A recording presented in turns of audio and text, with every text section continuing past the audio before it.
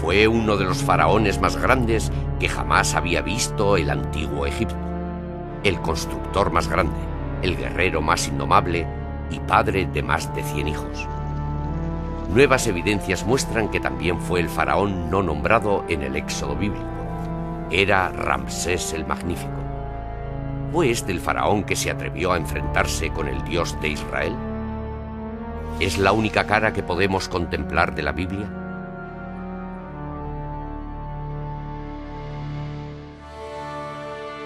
Ramsés el Magnífico. Los monumentos de Ramsés abarcan desde sus estatuas colosales en Memphis, en el norte, al templo de Abu Simbel, en el sur.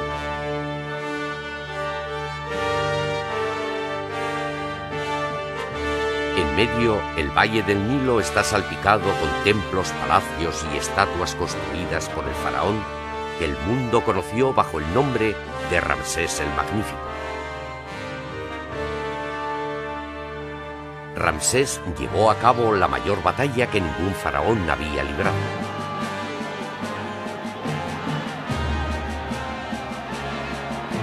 Superado el número en territorio hostil, siguió luchando cuando los que estaban a su alrededor se preparaban para huir.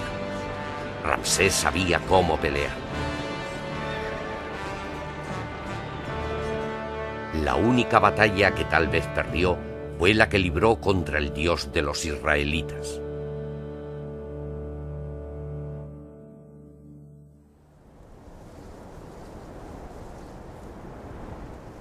Si se quiere entender a Ramsés, hay que ir a Abidos, el lugar más sagrado de todo Egipto.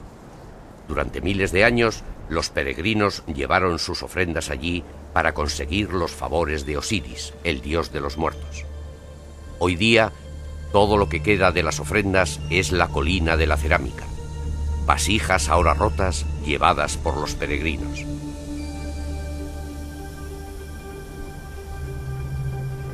El abuelo de Ramsés fue el primer faraón de su dinastía. Era una familia de militares, nueva en las cosas de la realeza. De manera que cuando el padre de Ramsés, Seti, quiso demostrar que formaban parte del sistema, construyó un templo en el campo sagrado de Abidos. Reunió a los obreros más habilidosos y finos del país para ofrecer al pueblo esta deslumbrante manifestación de que Egipto nuevamente volvía a ser grande. Seti no estaba construyendo solo un templo, estaba haciendo una declaración política. Podéis esperar grandes cosas de mi reinado.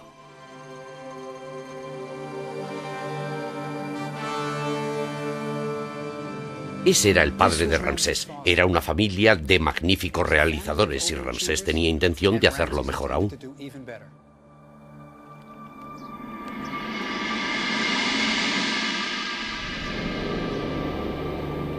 Y lo hizo.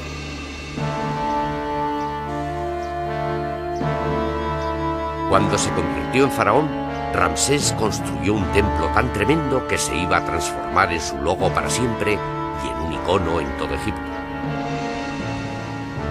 Ramsés era todavía un veinteañero cuando empezó a construir Abu Simbel. Está en Nubia, más allá de la frontera sur del antiguo Egipto. Era un proyecto único.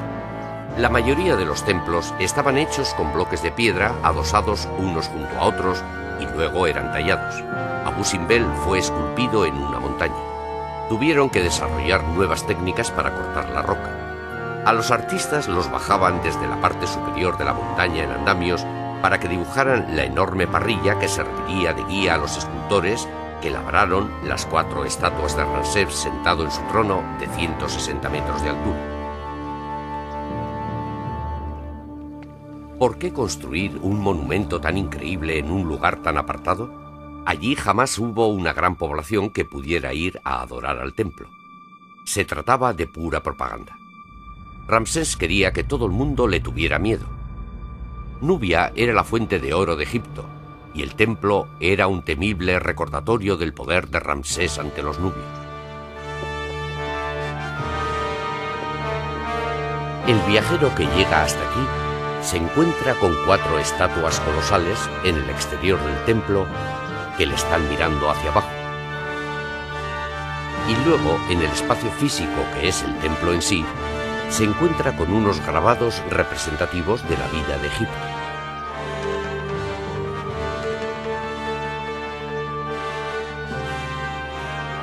Una vez en el interior, el visitante podía ver a Ramsés liderando las tropas en el campo de batalla, las riendas de su carro atadas a su cintura y disparando flechas contra el enemigo.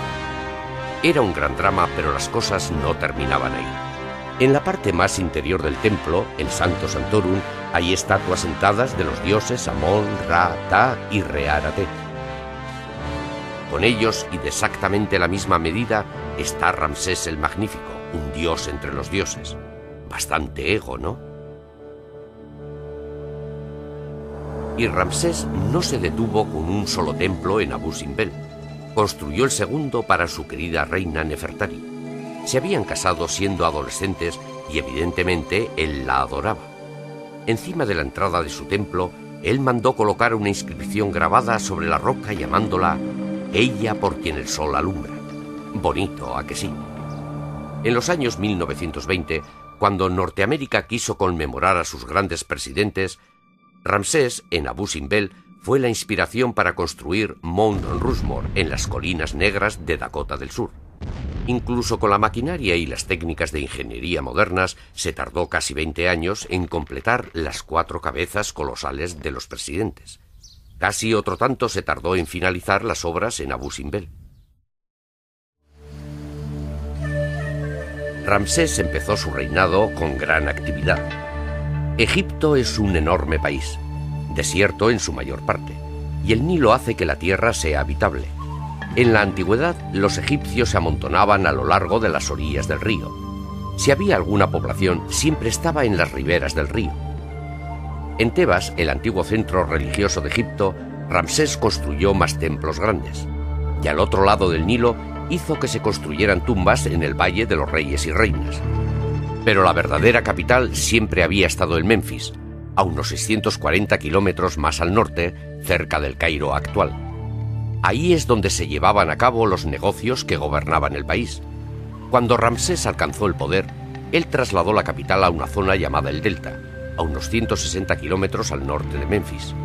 Allí el Nilo se ramifica en varios afluentes y toda la tierra se hace rebosante en abundancia y en verde. Pero Ramsés no trasladó la capital debido al clima. Él era un militar, y fue una razón estratégica la que hizo construir en el norte una ciudad llamada Ramsés. Era el sitio ideal para lanzar ataques militares.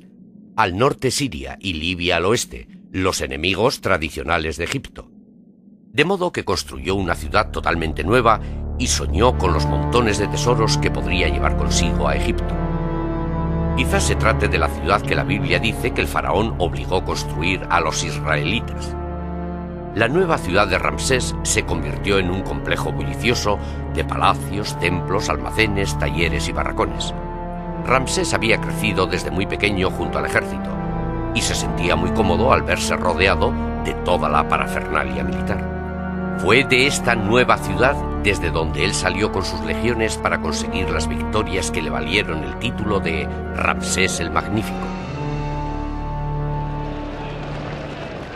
Pero cuando cumplió los 25 años, Ramsés ya era el jefe del mayor ejército profesional que el mundo antiguo jamás había conocido. Bastante impresionante, ¿no? El ejército estaba formado por la infantería y por los guerreros en carros. La infantería contaba con más de 20.000 hombres. Sus armas eran el hacha de guerra, la lanza y la espada con forma de hoz.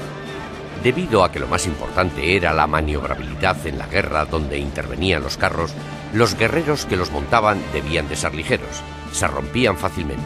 Por eso solo han quedado muy pocos. Cada carro era tirado por 2 caballos y llevaba 2 hombres, el conductor y el arquero. El suelo estaba hecho de correas de cuero cubiertas con un trozo de cuero. Esto absorbía los golpes y proporcionaba una plataforma relativamente estable, desde la cual el arquero podía lanzar las flechas. Era como si fuese un coche deportivo, una carrocería ligera y un gran motor.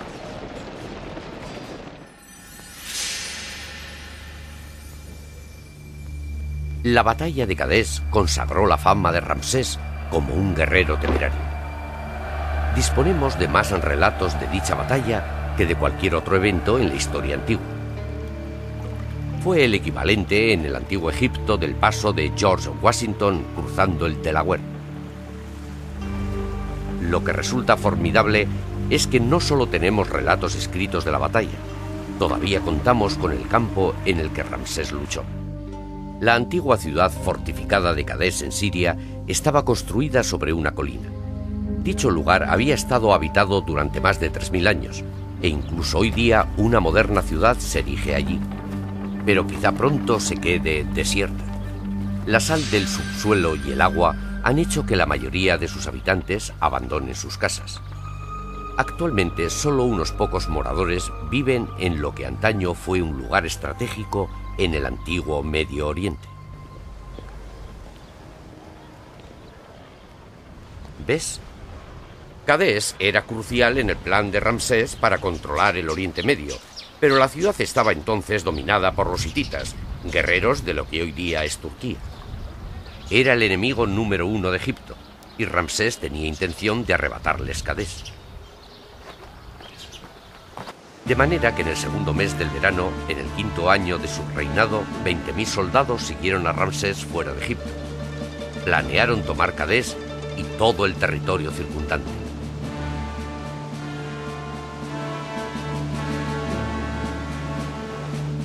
Los soldados fueron divididos en 4 divisiones de 5.000 hombres cada una, y cada división recibió el nombre de uno de los dioses de Egipto: Amún, Re, Ta, Sutek.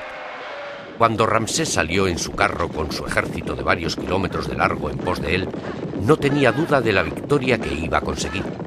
Ramsés nunca había estado cerca de la derrota. Con toda seguridad, Cadés pronto iba a ser suyo. Ramsés iba a la cabeza de la fuerza militar más poderosa que el mundo había contemplado. Pasaron rápidamente por Gaza hacia el norte de Canaán y hacia arriba a través de Galilea. Cuando entraron en Siria, sin duda vieron enormes zonas verdes con flores silvestres desconocidas en Egipto.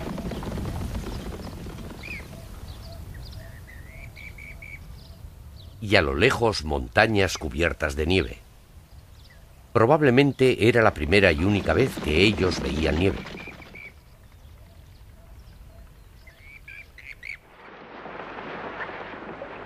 Ansioso por llegar a su objetivo, Ramsés se levantó temprano, se puso la indumentaria para la batalla y dirigió la división Amún contra Cadés. A lo largo de kilómetros, detrás de él, se quedaron las otras 3 divisiones. A medida que Ramsés se aproximaba al río Orontes, 2 hombres de las tribus locales se sumaron a su séquito. Ellos le contaron a Ramsés que el rey de los hititas, Matfalás, al oír que Ramsés se estaba aproximando, había huido con su ejército a 195 kilómetros al norte de Alepo. Al joven Ramsés esto le pareció perfectamente razonable.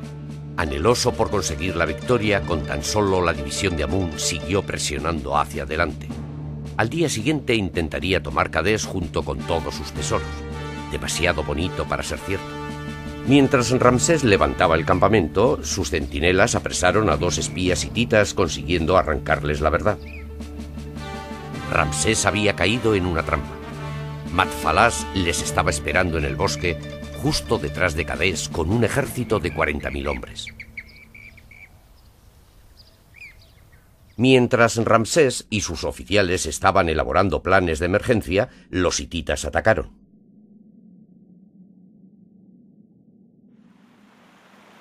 Sus guerreros con sus carros cargaron cortando la división de Re por la mitad, casi destruyéndola por completo.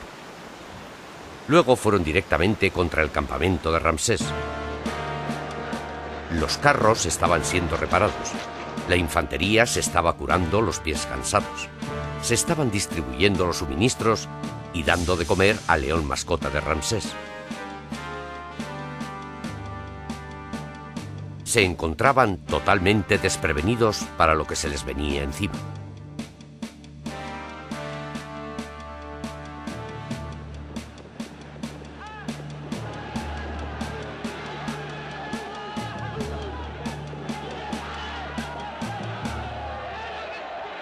Abriendo una brecha en la barrera formada por los escudos egipcios que formaban una valla alrededor del campo, los carros de los hititas pillaron a las cansadas tropas desprevenidas. Con el ejército egipcio en un estado de total confusión, Ramsés se hizo con el control. Gritó: «Seguid firmes, sed valientes para que veáis mi victoria. Estoy solo, pero Amún será mi protector. Su mano está de mi lado». Mientras Ramsés arengó a los que estaban junto a él, saltó a su carro, dijo una oración a Amún y fue al ataque. Nunca pensó que podía perder. Sorprendiendo a los hititas con su valentía, Ramsés salvó el día. Dirigió sus tropas y cargó contra los hititas 6 veces.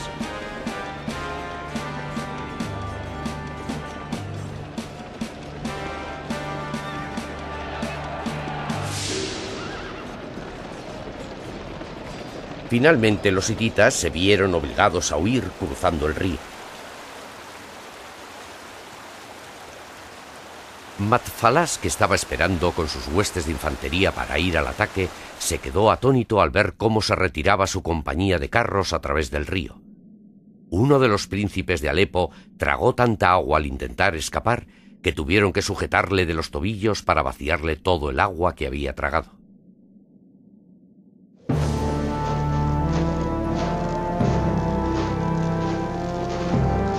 La derrota se había transformado en una victoria. Luego, las manos derechas de los hititas muertos fueron cortadas y amontonadas para que los escribas de Ramsés pudieran contar los muertos. Solo había sido el fin del primer asalto.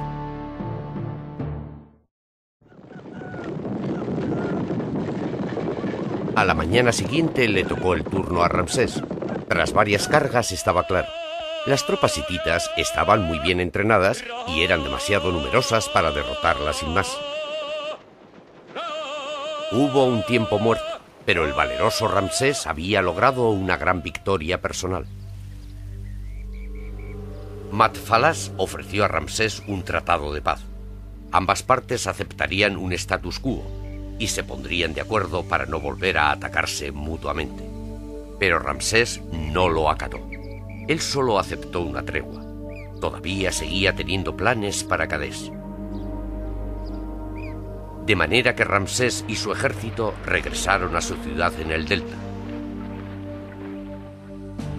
Debió de ser una entrada triunfal con el despliegue de los hititas prisioneros y las narraciones de la increíble valentía del faraón. Ya se sabe la materia de la que se forjan las leyendas.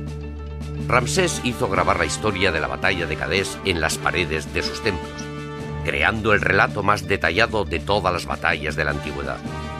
Fue una historia que Ramsés nunca se cansaba de contar y que a los egipcios les encantaba escuchar.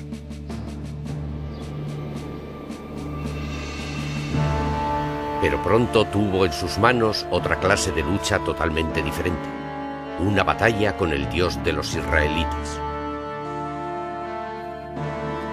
Uno de los grandes misterios arqueológicos de nuestro tiempo es la historia bíblica del Éxodo, una de las partes cruciales del Antiguo Testamento. Se supone que unos 600.000 israelitas abandonaron Egipto, pero apenas hay evidencia arqueológica que lo apoye. Y uno de los personajes centrales de la historia quizás sea Ramsés el Magnífico. ¿Pero ocurrió realmente? Según la Biblia, los israelitas que vivían en el delta se habían hecho muy numerosos, y en un intento por controlarlos, el faraón les obligó a que construyeran las ciudades almacenes de Pitón y Ramsés, donde se guardaban los suministros del ejército.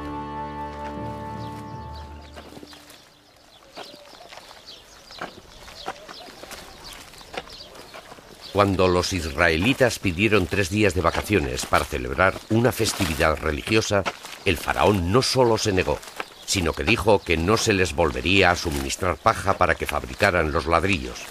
La elaboración de los ladrillos en Egipto sigue siendo la misma que en los tiempos bíblicos. La paja es fundamental. Hace que los ladrillos sean más fuertes y evitan que mengüen cuando se resecan. El faraón estaba exigiendo a los israelitas que elaboraran su cuota diaria de ladrillos. Pero además, a partir de entonces, tendrían que recoger y cortar la paja también. Cuando Moisés, el líder de los israelitas, y su hermano Aarón solicitaron al faraón que permitiera a su pueblo irse, él se negó. Para mostrar el poder del Señor, Aarón lanzó su báculo al suelo y éste se convirtió en una serpiente. El faraón no quedó impresionado y sus magos lograron hacer exactamente lo mismo. Aparentemente se trataba del viejo truco de la serpiente que todos ellos conocían.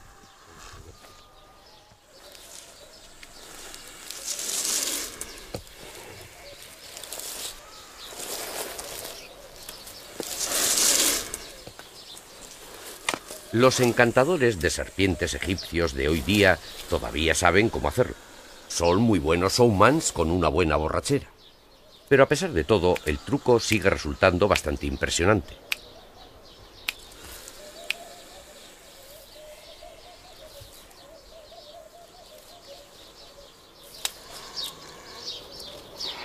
El encantador de serpientes enrolla a la serpiente alrededor de un cayado, y la serpiente se queda inmóvil, y su cabeza parece que es la parte superior del cayado.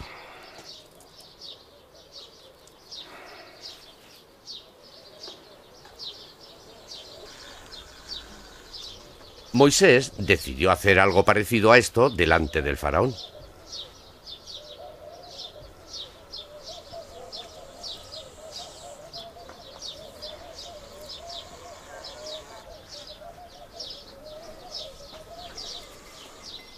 Cuando la serpiente vuelve al suelo, se reanima y se encabrita.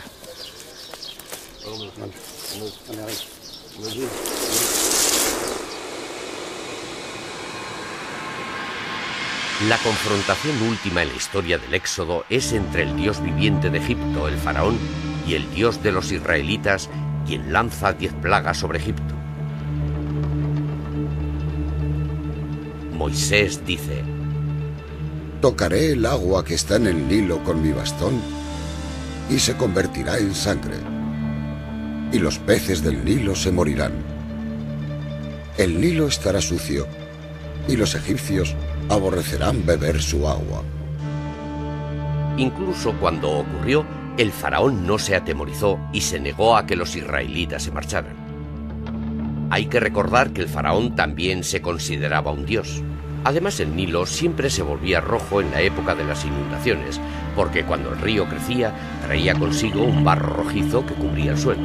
Las siguientes plagas, las ranas, los piojos, los insectos, los diviesos y el granizo, tampoco asustaron al faraón. Eran algo muy parecido a lo que suele ocurrir en la naturaleza, de modo que siguió negándose a que los israelitas se marcharan. Entonces el Señor dijo a Moisés: estira tu mano hacia el cielo para que haya oscuridad sobre la tierra de Egipto, una oscuridad que se palpe. A mí me suena a una tormenta de arena. El faraón había presenciado montones de ellas y no iba a dejar que sus esclavos se fueran debido a un fenómeno natural. Sin embargo, la 10ª plaga es la que no se puede explicar como un simple capricho de la naturaleza. Entonces dijo el Señor: a medianoche enviaré a Egipto a un ángel exterminador y todos los primogénitos morirán.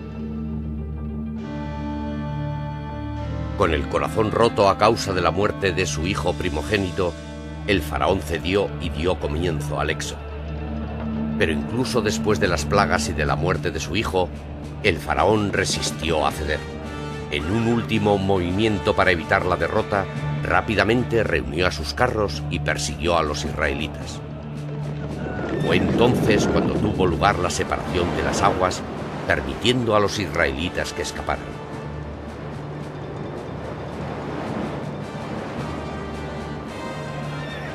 Mientras el ejército iba en su persecución, fueron tragados por las aguas. Finalmente el faraón fue derrotado.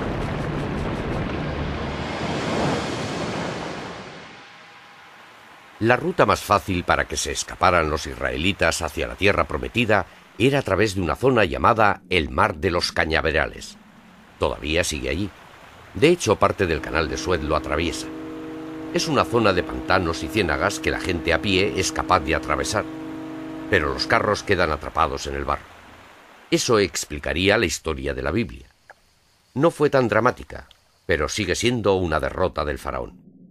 En su conjunto, el Éxodo es una gran historia, pero ¿ocurrió de veras? Si hubo israelitas en Egipto y hubo un Éxodo, ¿por qué no se menciona en los registros egipcios? Los egipcios grabaron muchas guerras y batallas en sus templos. Pero si se lee los jeroglíficos con detenimiento, no se encuentran nunca derrotas. Los egipcios no grabaron las derrotas. Para encontrar los archivos de los israelitas en Egipto hay que ir a la Biblia, a una época anterior al Éxodo, a la historia de José. Ahí es donde nosotros obtendremos algunas pistas sobre si realmente el Éxodo tuvo lugar. Según la Biblia, un israelita llamado José fue vendido como esclavo por sus hermanos que estaban celosos de su túnica de colores. José acabó en Egipto y fue injustamente acusado de meterse con la mujer de su amo y le llevaron a la cárcel. Pero José poseía una habilidad que le salvó. Era capaz de interpretar los sueños. En la cárcel interpretó con precisión los sueños de sus compañeros de presidio. Casualmente el faraón se enteró de su don. Ya se sabe que el faraón tenía sueños que ninguno de sus sacerdotes era capaz de interpretar. Incluso vio en sueños cómo 7 vacas gordas eran devoradas por 7 vacas flacas. A dicho sueño le siguió otro. 7 repletas mazorcas de maíz son devoradas por otras 7 escuálidas. José los interpretó diciendo que Egipto tendría 7 años prósperos seguidos de 7 años de hambre. Basándose en dicha interpretación, la economía de Egipto fue planificada para los siguientes 14 años. En los años prósperos se almacenó el trigo en enormes graneros totalmente llenos, anticipándose a los 7 años de dificultades que estaban por venir. Cuando el hambre hizo su aparición, golpeó a todo el Medio Oriente y solo se salvó Egipto de morir de hambre. Ahora bien, lo curioso del caso es que esta historia tiene todos los visos de ser cierta. Los antiguos egipcios creían que todo el mundo tenía sueños proféticos, y si alguien quería que le interpretaran un sueño, acudía a un templo. El sacerdote iba a la biblioteca del templo, sacaba un papiro con la lista de sueños y sus interpretaciones. Por ejemplo, si alguien soñaba con un pigmeo era algo malo, significaba que la mitad de la vida había pasado. La habilidad de José consistía en que él podía interpretar los sueños que no estaban en el libro de los sueños. Fuera quien fuera el que escribió la historia de José, realmente sabía lo que decía. Incluso hay cierta evidencia de la historia de José en la isla de Sahel, cerca de la frontera sur de Egipto. La isla está cubierta con inscripciones sobre las rocas y hay una que menciona un periodo de hambre que duró 7 años, exactamente igual que en la historia de José. La historia de José no está en el Éxodo, pero sugiere que hubo israelitas en Egipto. Existe aún otra evidencia de que algo parecido al Éxodo tuvo lugar, y está en el Museo Egipcio del Cairo. Incluso sugiere que nuestro hombre Ramsés fue el faraón del Éxodo. La famosa estela Israel es el único sitio en los registros egipcios en el que se menciona a Israel. Una estela es una piedra grande plana erigida delante de un templo para anunciar algo. Es el equivalente a un tablón de anuncios. Esta fue erigida por el sucesor de Ramsés, Merneptah, para vanagloriarse de sus conquistas militares. Se sentía especialmente orgulloso por conquistar a los libios y al misterioso pueblo del mar que había tratado de invadir Egipto. Pero al final habla de su expedición militar a Palestina. Hace un listado de todos los territorios conquistados por él. Tenú está desolado, Ati está acabado, Canaán está saqueado. Y luego añade, Israel ha quedado devastada, ya no tiene simiente. Observa los jeroglíficos con atención. Todos los territorios conquistados acaban con 3 cosas chocantes. Hay montañas, la señal de que se trata de un país extranjero, pero no es Israel. Acaba con un nuevo jeroglífico, un hombre y una mujer. Eso es debido a que Israel no es todavía un país establecido, Los israelitas aún eran un grupo nómada. Conviene recordar que la Biblia dice que los israelitas vagaron por el desierto durante 40 años, antes de asentarse en la tierra prometida.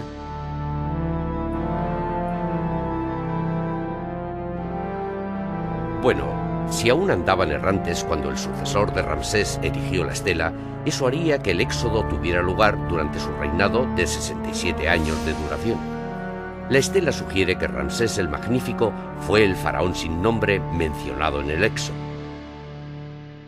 Hay una última pista de que Ramsés fue el faraón del Éxodo, y viene de la mano de uno de sus hijos. En casi todos los templos que construyó, Ramsés hizo que grabaran a todos sus hijos por las paredes. Realmente estaba muy orgulloso. En el templo de Luxor hay un grupo de ellos. El primero es Amun-Her-Kesef. El 13º es Merneptah, que sucedió a Ramsés y se convirtió en faraón. Eso quiere decir que los 12 primeros hijos murieron antes que Ramsés. Recordamos la historia del Éxodo cuando murió el primogénito del faraón. Bien, ¿cuándo murió Amun-Her-Kesef, el primogénito del faraón? Se puede encontrar la respuesta en Abu Simbel. Dentro del templo, Ramsés también mostró a sus hijos lleno de orgullo.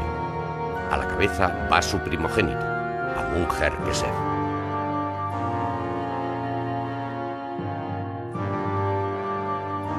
Él estaba vivo y sano cuando esculpieron esta pared. Pero una estatua suya fuera del templo de Nefertari contiene dos altos jeroglíficos al final de su nombre que significa fallecido. De manera que el primogénito de Ramsés ya había muerto cuando se acabó de construir Abu Simbel, justo después del Éxodo, e incluso quizá sepamos dónde fue enterrado.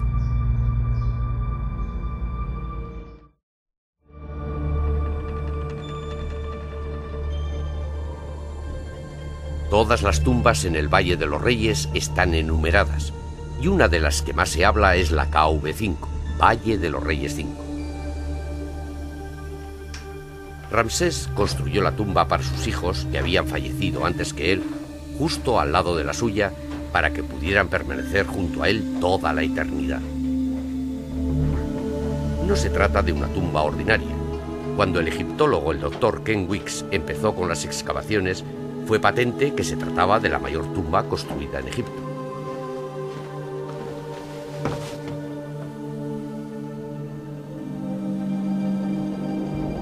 Parece alargarse más y más con cientos de pequeñas cámaras.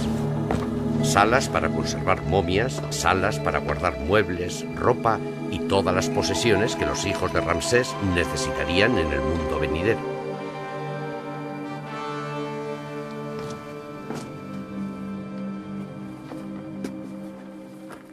Cuando los investigadores empezaron a limpiar la tumba, encontraron vendas para las momias, huesos y jarras que antaño conservaban los órganos que habían sido momificados. También hallaron inscripciones con los nombres de los hijos de Ramsés.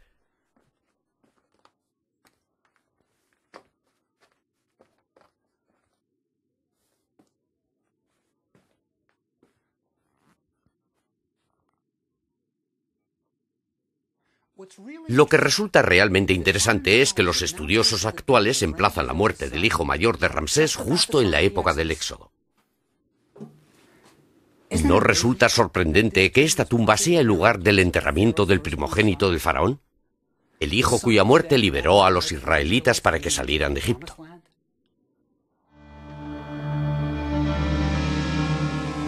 Todas las evidencias sugieren que Ramsés el Magnífico fue el faraón del Éxodo. La historia de José muestra que hubo israelitas en Egipto. Fue escrita por alguien que tenía un profundo conocimiento de Egipto. Y la inscripción con los 7 años de hambre en la isla de Sahel. Eso muestra que hubo hambre en Egipto. Luego, en la misma historia del Éxodo se nos dice que los israelitas construyeron las ciudades almacenes de Titón y Ramsés en el delta. Y el delta, en realidad, está lleno de restos de las ciudades de Ramsés. Añádase a todo esto: el primogénito de Ramsés muere aproximadamente en el año 1262 a.C., la época del Éxodo, y empieza a aparecer que Ramsés es el faraón mencionado sin nombrarlo. El éxodo no ocurrió exactamente como está escrito en la Biblia, pero parece que algo sí ocurrió, y que Ramsés estaba allí en medio. Cuando miramos el rostro de Ramsés el Magnífico, probablemente estamos viendo al personaje descrito en la Biblia. Es posible que sea la cara de un hombre que pudo haber conocido a Moisés. Si Ramsés fue el faraón del Éxodo, eso explicaría un cambio radical en su conducta. La evidencia de una crisis en su mediana edad está escrita en una pared en uno de los templos para que todo el mundo la vea. Fue el primer tratado de paz de la historia del mundo entre Ramsés y el rey hitita. Tenía todo lo que se puede esperar en un tratado moderno, un pacto de no agresión, el fin de las hostilidades. Pero lo más importante que allí se decía era que Ramsés prometía no atacar la tierra de los hititas. Se le entregó Kadés. Durante años luchó por mantener Kadés. ¿Por qué estaba dispuesto a abandonarla entonces? Creo que la respuesta estaba en el Éxodo. Había sufrido su primera derrota. Había perdido a su primogénito. Eso pudo ser algo más de lo que hubiera podido soportar. El éxodo y la muerte de su primogénito y de sus otros hijos no fueron las únicas tragedias que Ramsés hubo de soportar. Abu Simbel fue terminado alrededor del año 24 de su reinado y él se embarcó en el Nilo con Nefertari para dedicar sus templos. Ningún rey de Egipto jamás había construido algo parecido.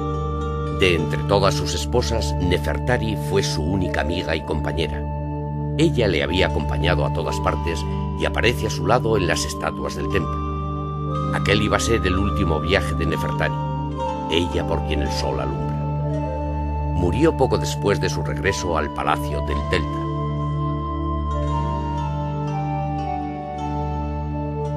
El Valle de las Reinas fue llamado el lugar de la belleza, y allí Ramsés construyó la tumba más hermosa de todo Egipto para Nefertari. Su querida esposa era delgada y elegante, preparada para entrar en el mundo venidero. Allí tomaría el sitio adecuado junto a los dioses.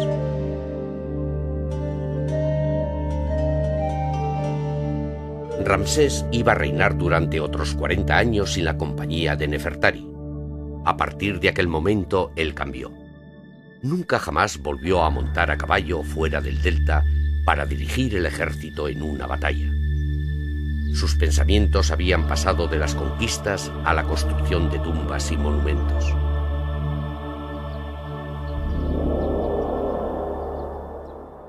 Con una familia tan grande, apenas pasaba un año sin que Ramsés tuviera que enterrar a un hijo, a una hija o a una esposa. Para crear tumbas para sus familias, Ramsés empleaba una ciudad entera de obreros, escultores, pintores, grabadores, supervisores, todo lo que era necesario para construir una tumba real. Esta es la ciudad donde vivían. Era el equivalente a un edificio moderno de apartamentos. 70 familias vivían unos junto a los otros. Todo el mundo conocía el oficio del resto. De hecho, sabemos más de lo que ocurría en esa ciudad que de cualquier otra ciudad antigua de Egipto. Aún conservamos las notas que se escribían en trozos rotos de alfarería que ellos utilizaban como borrador. Era una comunidad muy unida. Debido a que vivían cerca del Valle de los Reyes, permanecían un poco aislados de otras ciudades. Estaban tan lejos del Nilo que necesitaban un servicio de lavandería para que les limpiara la ropa. E intercambiaban sus habilidades. Yo grabaré tu ataúd si tú me decoras mi tumba. Ese tipo de cosas. Pero los obreros no pasaban mucho tiempo en la ciudad. Tenían que andar tan largo trecho que no se trasladaban todos los días.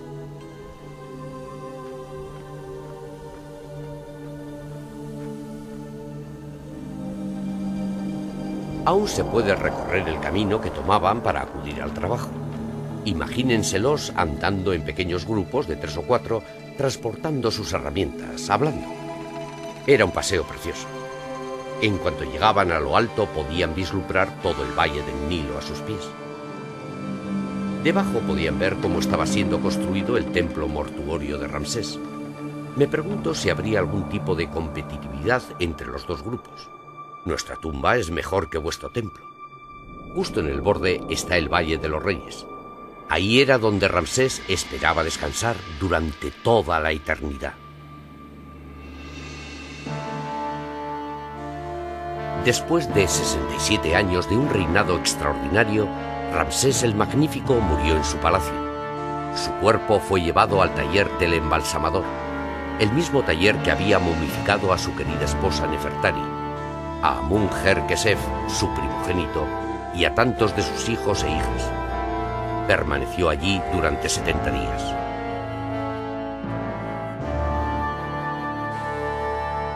Posteriormente, el cuerpo fue colocado en una barcaza real para hacer el largo viaje hacia el sur, hacia el Valle de los Reyes.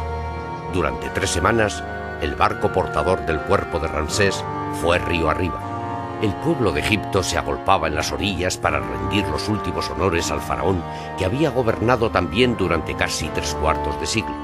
Mientras la momia de Ramsés iba hacia el sur, las mujeres de las ciudades se echaban arena por sus cabezas y se rasgaban las vestiduras según el rito tradicional. Cuando la embarcación llegó a Tebas, allí salió a su encuentro el sumo sacerdote de Amún en la orilla izquierda del Nilo. Su momia fue colocada en una barca ceremonial para el último viaje, cruzando el Nilo hacia el oeste al reino de los muertos. Cuando el cadáver llegó a la orilla oeste, fue transportado en un trineo al templo funerario de Ramsés. Allí los sacerdotes recitaron sus viejas oraciones. Ramsés ya estaba preparado para unirse a los dioses.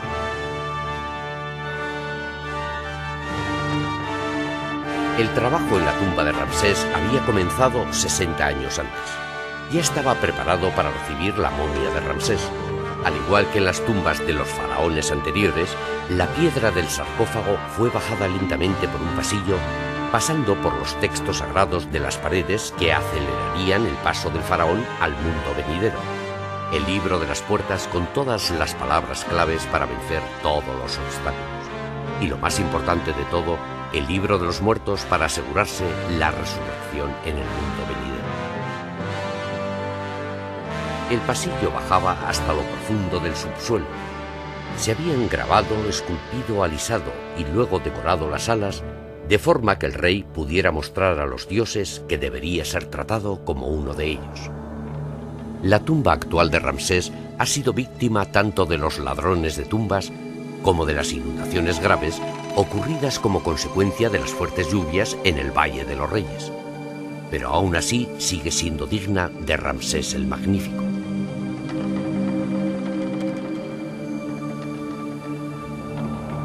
La cámara mortuoria es la más grande del Valle de los Reyes y probablemente contuvo el mayor tesoro reunido.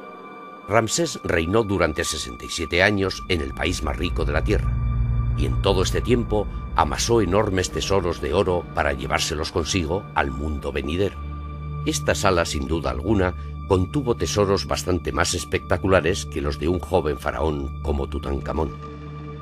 Para cuando Ramsés murió, la mayoría de los hombres que trabajaban en su tumba habían fallecido ya.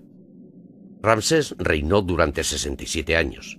Para la mayoría de los egipcios, él fue el único rey que conocieron. Cuando por fin Ramsés subió con los dioses, Egipto le lloró.